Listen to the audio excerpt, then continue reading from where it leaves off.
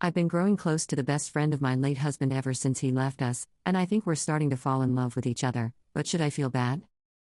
I, 28 Fiat, lost my husband, 32 meters, to himself a little over a year ago. He left behind me our, at the time, 14-month-old daughter. It was very unexpected, with no history of mental health issues or anything. It was traumatic, to say the least. I've been seeing a therapist since it happened, and although I know the grief will always be there, it's not nearly as heavy anymore. I feel as if I'm in a pretty good place with it mentally. He made the choice he did, and I don't deserve to live the rest of my life suffering because of his decision. My late husband had a very close-knit group of friends that grew up together. We'd all hang out often, go on trips, etc. Since his passing, they've been very supportive, and I actually think we're all even closer now in our shared grief. One of these friends, 31 meters, is not married and doesn't have kids, so he's been more available to help out with things. As time has gone on, we've grown pretty close and text daily. He's funny and kind, and he makes me smile. He and my late husband had a lot in common in terms of interests, but they're also very different personality-wise. He brings a sense of calm and understanding that I never really felt with my late husband. He's also wonderful with my daughter and always has been. So was my late husband.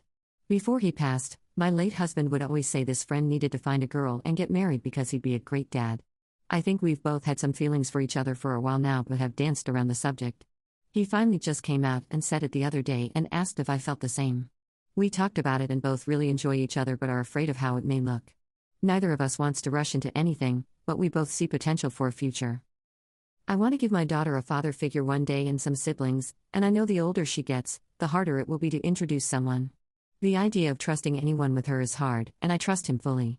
Beyond that, we can talk about my late husband without it being awkward or upsetting, and he understands my emotions because he's grieving too. I personally feel like, as much as I loved my late husband, he made that decision to leave, and I have to move forward and find happiness again for myself and my daughter. It just feels right with him. We connect on so many levels, and I already trust him. I also love that he has memories of him that he can share with our daughter. That being said, we both feel a little guilty for feeling this way. Our biggest setback is worrying about others' reactions, particularly his other friends and my in-laws. I know this doesn't look great from an outsider's perspective. How should we proceed? Relevant comments. Comment 1. Do you think this would anger or bother your husband? Or do you think he would be happy and relieved that his friend is watching over you now that he can't? Response. I really don't know. I'd like to think he would be happy that someone he trusts could potentially help raise his daughter. But also, maybe he'd hate it, I don't know, and unfortunately, he's not here to ask. I still talk to him occasionally when I'm alone and struggling with something, at my therapist's suggestion. A few weeks ago, I talked to him about this, and when I got in the car on the way to go see this friend, a song came on the radio with lyrics about the singer wanting his wife to move on if he died. It felt like he heard me, and that was a sign from him. Or at least I like to think so. Maybe I'm just going crazy. Comment 2. It's actually really common for this situation to happen with a friend or a sibling of the person who has passed. The main thing is to ensure that you're attracted to the friend because you genuinely like him, and not just because you've bonded over your shared trauma, and he happens to be present. If you had never gotten together with your late husband and you met his friend, do you still think you'd have these feelings? Either way, you've got your answer. Comment 3. This sounds like one of the nicest, most natural things that could grow out of a tragedy. It makes a great deal of sense that many of the qualities that made you fall in love with your late husband are also in the man who was his best friend. Lose the guilt. One of the most awful things about when people quit life is all the pain and hurt it inflicts on those who love them the most. You and your new love have no reason to feel shame or guilt, and every reason to rejoice in this love. Update. We decided to slowly step into being more than just friends and test the waters a bit. He took me out to eat at a nice restaurant this week, and we had a great time.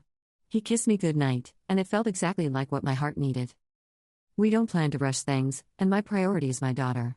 Since she's only 2, we plan to just continue like normal with her.